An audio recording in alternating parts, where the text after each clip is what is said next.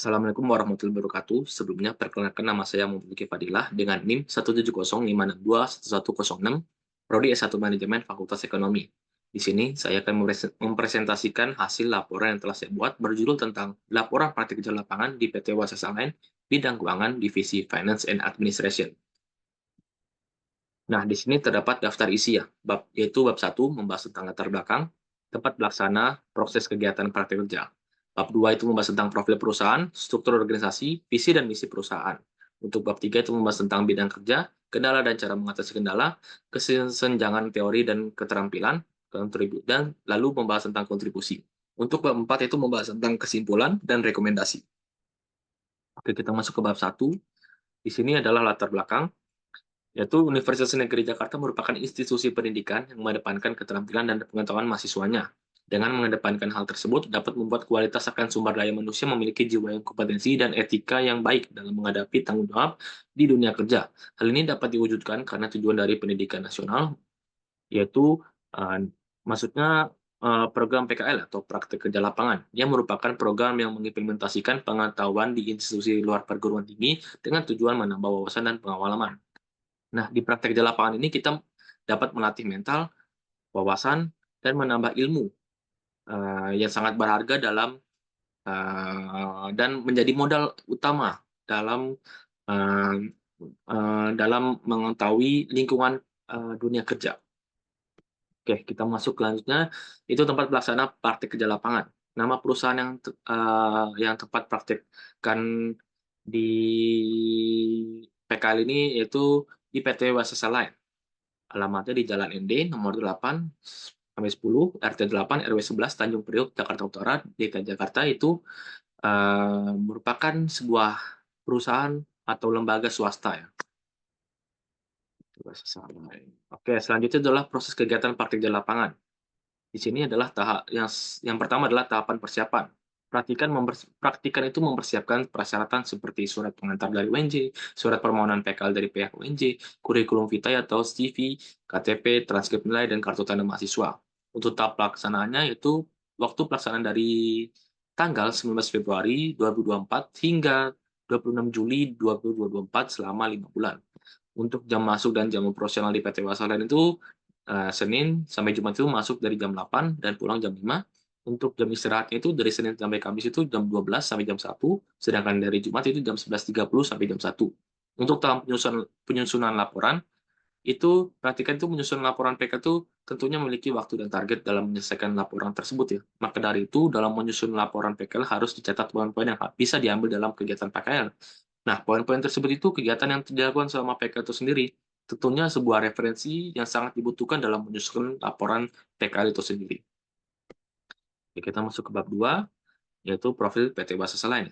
PT Wasasa Line ini berdiri pada tahun 1955, waktu itu bernama dengan PT Maskapai Pelayaran Kidang Mas, yang memiliki beberapa kapal dan mengoperasikan kapal kargo untuk tujuan pangsa pasar domestik dan internasional. Di tahun 2014, PT Wasesa lebih berfokus kepada layanan minyak dan gas. Fokus pada layanan minyak gas ini diawali dengan diberikannya penghargaan oleh PT Baruna Raya Logistik dalam menangani layanan layanan berupa keagenan kapal offshore di seluruh Indonesia. Dan PT Wasesa Line ini bekerjasama dengan perusahaan PT Mitra Investindo ya, yang di mana mengakuisisi 99,81% ini saham PT Wasesa Line ini sebagai pemegang serta pengendali dari perseroan. Pihak PT Mitra Investindo atau MITI mempercayai bahwa pergerakan kinerja di di tahun 2023 ini bergerak di bidang pelayaran, keagenan, dan bongkar muat yang bisa meningkatkan pertumbuhan laba bersih. Oke, kita masuk ke struktur organisasi ya. Struktur organisasi PT Wasasa Line ini terdapat komisaris ya, yaitu Bapak Andreas Cahyadi dan Ignatius Edi Suhardaya. Dan di sini terdapat presiden direktur atau direktur utamanya yaitu Bapak Nurul Hasnan. Dan di sini dibagi lagi menjadi dua itu untuk direktur operasional dan pokoknya direktur operasional itu dipegang oleh Bapak Suherman Hudi ya, yang mengawasi koordinasi operasional, logistik, teknikal, operasional, marketing, dan vessel insurance ya. Untuk Bapak Nurul Hasan itu dia megang juga di Direktur Keuangan dan Administrasi ya, yang mengawasi tentang agensi, finance, dan legal, dan HRD. Untuk visi dan misi PT Wasesa Lain itu adalah yang pertama, visi dari PT Wasesa Lain ini menjadikan perusahaan pelayaran terbaik di Indonesia dengan memberikan layanan terbaik, profesionalitas, dan berkelanjutan di industri maritim. Untuk misi dari PT Wasesa Lain ini, yang pertama, memberikan layanan dengan aman, tepat dengan waktu yang ditentukan dengan efisien kepada para pelanggan di bidang pelayanan.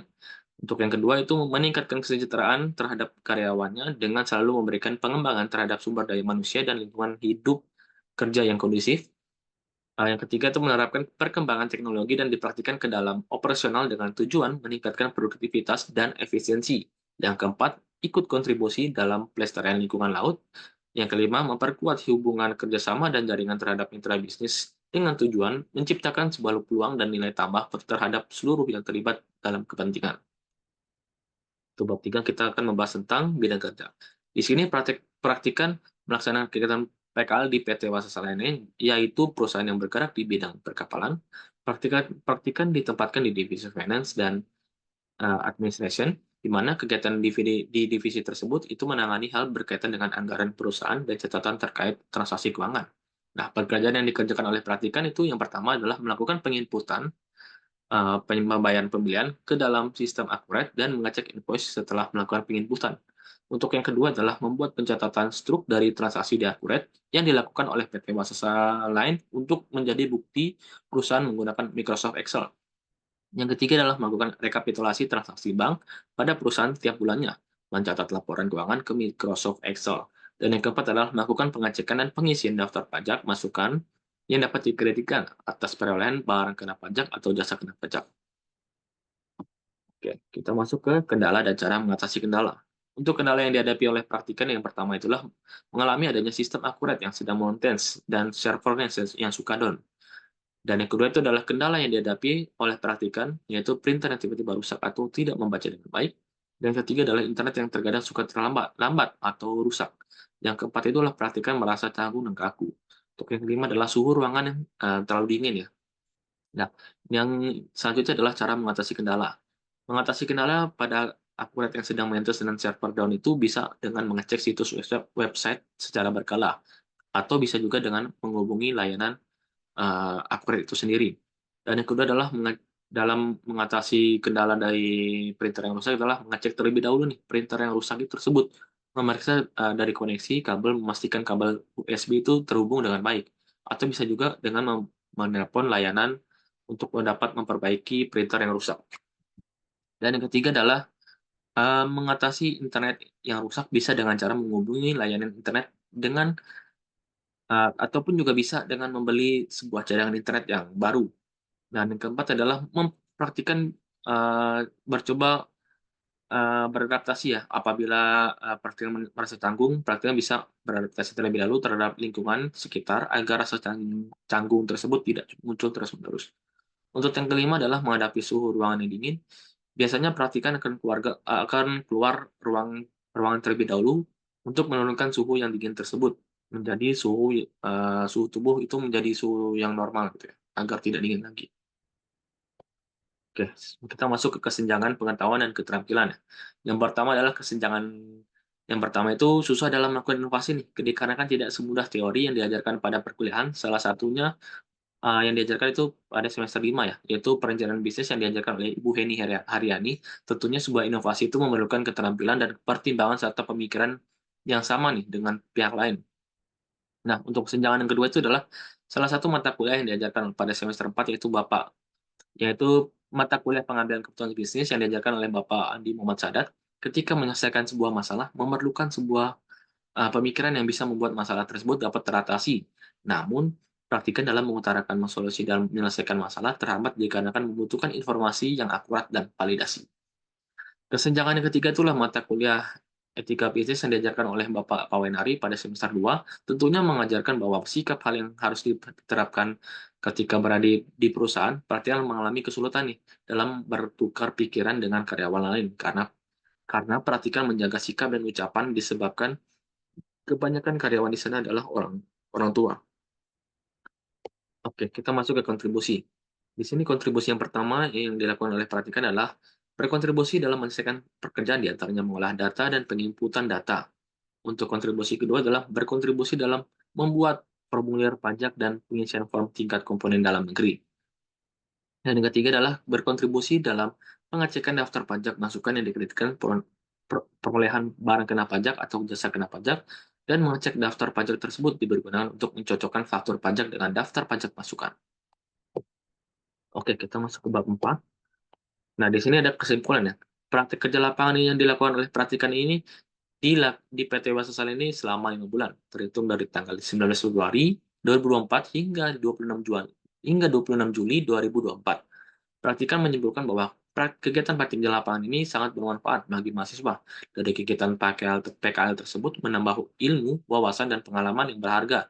Praktikan diajarkan berkomunikasi yang baik dan dengan karyawan dan atasan. Praktik kerja lapangan membuat praktikan menjadi lebih percaya diri dalam menghadapi situasi. Nah, seperti mata kuliah manajemen keuangan yang diajarkan pada semester 3 oleh Bapak Profesor Dr. Suherman, mata kuliah tersebut sangat bermanfaat nih bagi praktikan, dikarenakan teori dasar pada mata kuliah tersebut mengajarkan tentang profitabilitas, likuiditas, dan solvabilitas. Lalu diajarkan juga mata kuliah pengantar akuntansi oleh Ibu Dr. Sri Zulayati pada semester 3.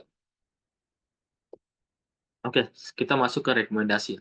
Di sini ada rekomendasi untuk pihak Fakultas Ekonomi. Yang pertama itu Fakultas Ekonomi diharapkan menerapkan kegiatan praktek kerja lapangan kepada mahasiswa, karena kegiatan tersebut sangat bermanfaat ya untuk menambah pengalaman dan ilmu yang didapat selama kegiatan PKL tersebut.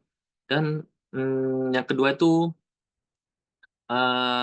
selalu memberikan rekomendasi nih kepada mahasiswanya nih, untuk mengenai tempat praktek kerja PKL mana tempat praktek kerja lapangan mana saja yang membuka lowongan. Nah, untuk yang ketiga adalah bagi pihak Fakultas Ekonomi itu selalu memberikan informasi nih yang akurat. Informasi tersebut sangat dibutuhkan oleh mmm, mas untuk oleh mahasiswa agar, agar sebuah berkas ataupun laporan itu dapat disiapkan oleh jauh-jauh hari ya.